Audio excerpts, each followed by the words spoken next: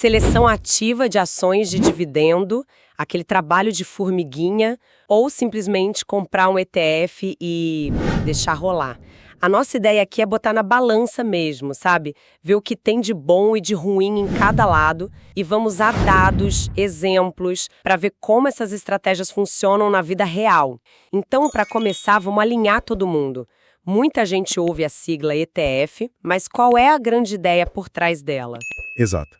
O ETF, na sua essência, ele é a materialização do que a gente chama de investimento passivo. A ideia veio de um cara, o John Bogle, lá nos anos 70, e o pensamento dele era muito simples, mas revolucionário. Ele viu o investidor comum pagando taxas altíssimas para gestores que, na maioria das vezes, nem batiam o mercado. E não entregavam o resultado, né? Não entregavam. Então, a filosofia dele foi de uma certa humildade. Ele disse, e se em vez de tentar ser o gênio, a gente só aceitasse o retorno médio do mercado? O ETF é isso, um fundo de baixo custo que não tenta ser esperto, ele só replica um índice. É uma forma de ter um retorno justo. E esse ponto dos custos que você tocou é, assim, brutal.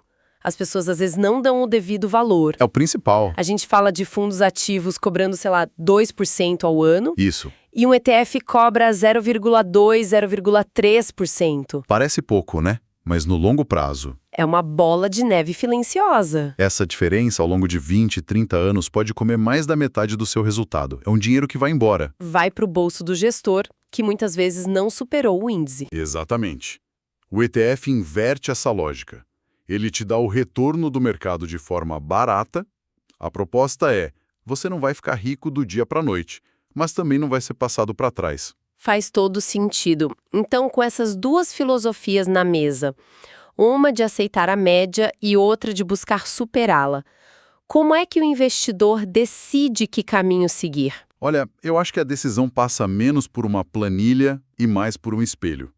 É autoconhecimento. Como assim? Para quem o ETF é ideal?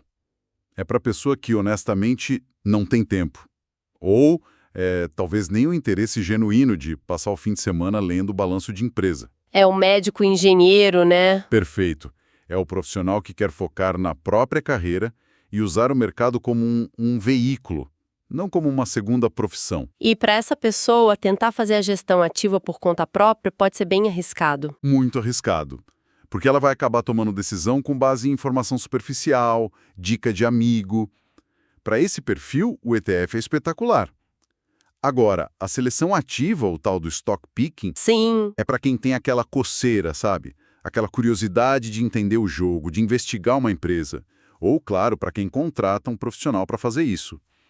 O objetivo é claro, trabalhar mais para tentar ter um resultado acima da média, mas sempre com a consciência de que isso não é garantido. Tinha uma analogia ótima sobre isso nas fontes que a gente viu. A do mercado local contra o estrangeiro, né? É perfeita. Isso. Pensa com a gente. Nós vivemos no Brasil. A gente acompanha o noticiário, entende a política, as empresas.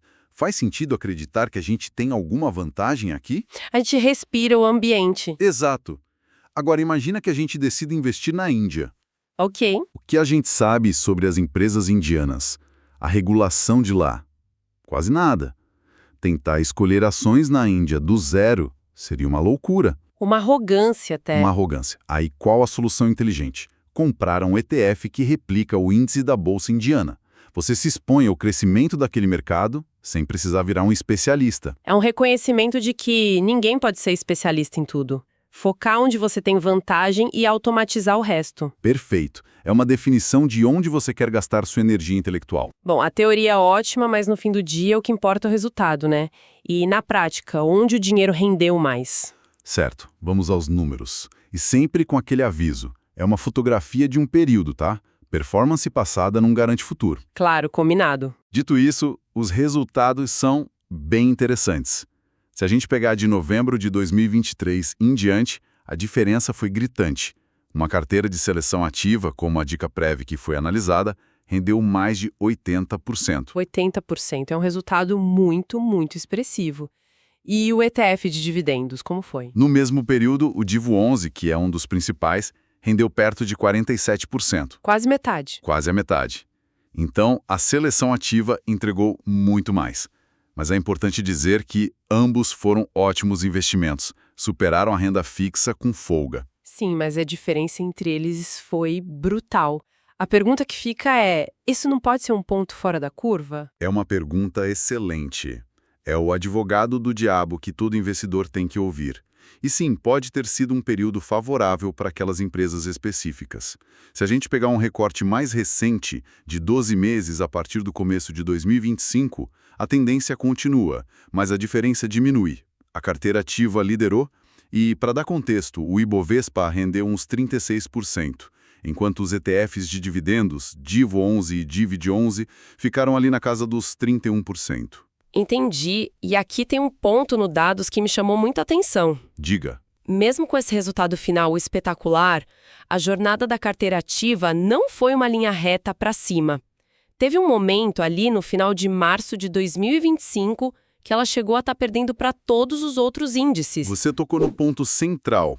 Essa é a lição mais importante da gestão ativa. O preço emocional, né? Você citou, o investidor da carteira ativa teve que olhar o patrimônio dele rendendo menos que o ETF simplão e pensar, será que eu errei? É o teste pro estômago. É o teste. Você precisa ter convicção na sua estratégia para não abandonar o barco no pior momento, que é o que a maioria faz. Essa volatilidade é o ingresso que você paga para ter a chance de um resultado extraordinário. Entendido. E já que a gente está falando dos ETFs, vamos aprofundar um pouco neles, porque mesmo nesse mundo eles não são todos iguais, né? Não são mesmo. Existem filosofias diferentes. Temos o NDIV11, por exemplo, que é um ETF do Nubank. Certo. Ele segue um índice com critérios próprios deles. É quase uma gestão ativa passiva.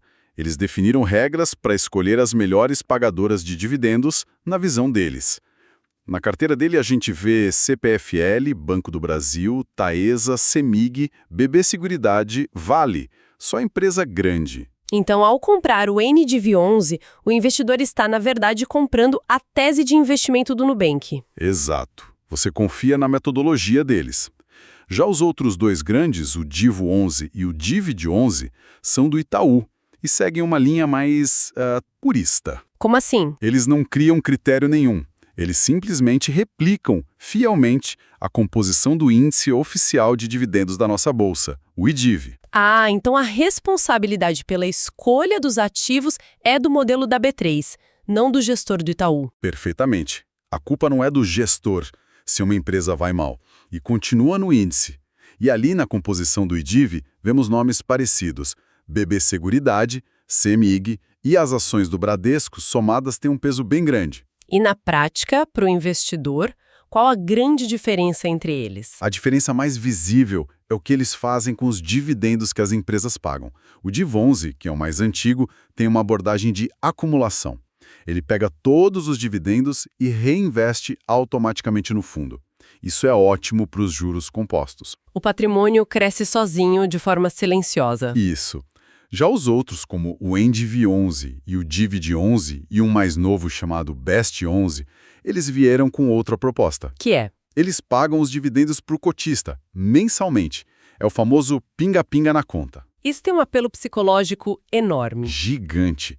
Ver aquele dinheiro entrando todo mês dá uma sensação de recompensa, de renda passiva de verdade. Mas essa distribuição mensal tem um pequeno custo, não tem? Tem um custo de oportunidade, digamos. Para garantir o pagamento mensal, o fundo precisa manter um pouquinho de dinheiro em caixa. E esse dinheiro parado no mercado em alta gera uma diferença mínima de performance. Foi o que a gente viu nos números. Exato. O índice DIV rendeu 30,64% em 12 meses, o DIVD11, que o replica, rendeu 30,58%. É quase nada, mas mostra que a conveniência tem um preço. Certo. Então, para a gente amarrar tudo isso, qual é a grande lição?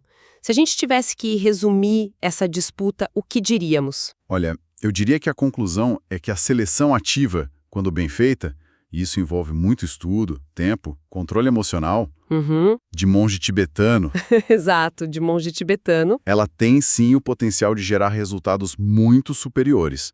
Os números que a gente olhou mostram isso. Mas, E um mais gigantesco. O superpoder do ETF não é dar o maior retorno. A grande virtude dele é te proteger dos seus próprios piores instintos. se proteger de si mesmo. Isso. Um ETF não acorda com medo da eleição e vende tudo. Ele não se apaixona por uma ação que só dá prejuízo. Ele segue as regras, de forma fria, metódica. Ele te força a ter a disciplina que a maioria das pessoas não tem. Exatamente. Ele te impede de cometer os erros clássicos. Girar demais a carteira, vender na baixa, comprar na alta.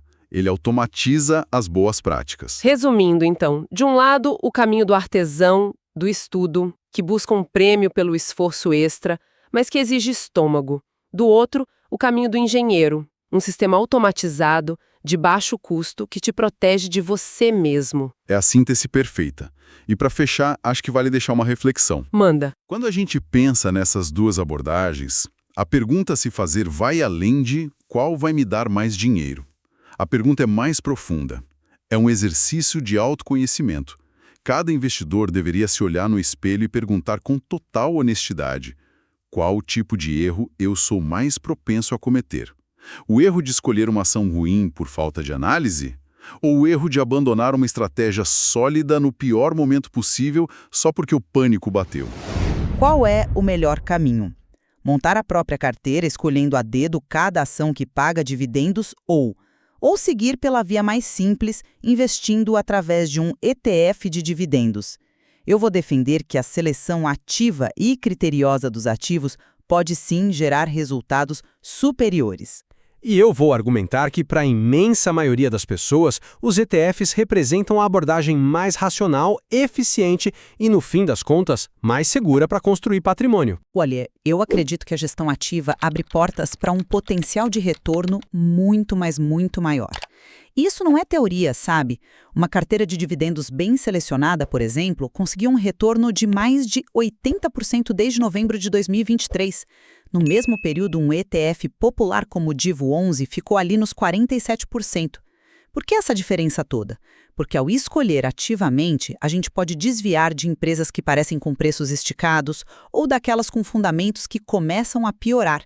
E mais, permite uma concentração inteligente, com 12 ou 13 ativos, potencializando os ganhos com as melhores escolhas. Entendo. Mas aí é que eu discordo fundamentalmente. O objetivo para a maioria não deveria ser buscar o retorno máximo, mas sim o retorno ótimo para o seu nível de esforço e conhecimento. Para quem não vive para analisar balanços, o ETF é a solução.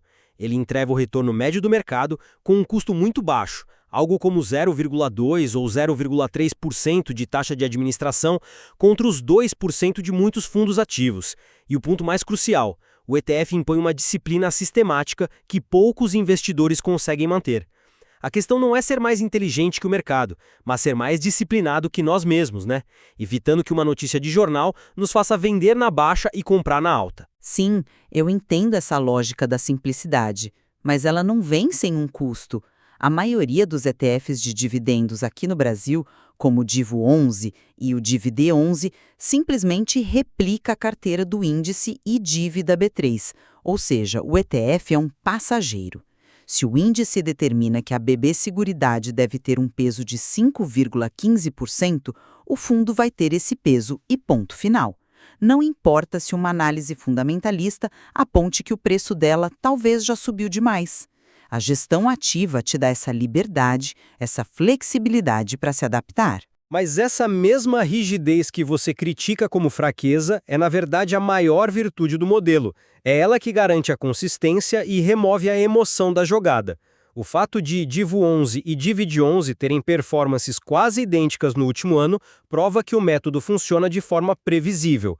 E veja bem, o investidor passivo não está totalmente engessado. Já existe uma diversidade de ETFs. O NDIV 11, por exemplo, tem uma metodologia diferente e hoje tem a CPFL como sua principal posição. Ou seja, o investidor pode fazer uma escolha estratégica sobre qual filosofia de índice seguir, sem precisar descer ao nível de analisar dezenas de balanços. Mas essa variedade de ETFs que você menciona não seria, tipo, uma escolha ativa disfarçada? O investidor ainda precisa decidir qual metodologia ele acha melhor, o que já exige estudo. E no fim das contas, o desempenho fala mais alto. Se a gente pegar o histórico recente, como o de 2025, Uma carteira ativa de dividendos bem montada não só bateu o Ibovespa, como superou todos esses principais ETFs de dividendos. Isso me parece uma evidência clara de que o esforço extra em estudar e selecionar individualmente as empresas é de fato recompensado. Certo, mas essa performance superior que você cita é uma fotografia, não um filme todo. O sucesso em um ano não garante o sucesso nos próximos 10. A natureza do investimento passivo não é superar o mercado, é capturar o retorno do mercado de forma consistente e barata. É a estratégia perfeita para quem é médico, engenheiro e quer focar na própria carreira enquanto o patrimônio cresce. Pense no mercado que a gente não conhece como o da Índia. Você se sentiria confortável escolhendo ações indianas uma a uma? Provavelmente não. Um ETF é, sem dúvida, a porta de entrada mais inteligente. O princípio é o mesmo para o investidor brasileiro que não é um especialista na bolsa local. Olha, para fechar o meu raciocínio, eu continuo defendendo que a seleção ativa, seja feita pelo próprio investidor ou com ajuda especializada, permite construir uma carteira mais robusta e com maior potencial de retorno, justamente por escapar das amarras de uma cesta de ativos pré-definida por um índice. E do meu lado, reforço que o ETF é a ferramenta mais democrática e eficiente para a maioria. É uma aceitação de que obter o retorno médio do mercado com baixo custo e disciplina de ferro já é uma grande vitória, protegendo o patrimônio dos nossos próprios erros, que costumam ser o maior inimigo do investidor. No fim, a questão é se você confia mais em um processo sistemático, automatizado ou na análise criteriosa e humana para navegar as incertezas do mercado. Exato! Ou, colocando de outra forma, se o seu objetivo é capturar o crescimento do mercado de forma eficiente, ou se você tem o tempo, o conhecimento e o estômago para tentar superá-lo, assumindo todos os riscos que vêm com essa tentativa. Esse estudo não constitui nenhum serviço de análise ou recomendação. Este é um mercado de renda variável, bolsa de valores, onde o risco é inerente, toda e qualquer decisão é de cada investidor. Um abraço e até a próxima!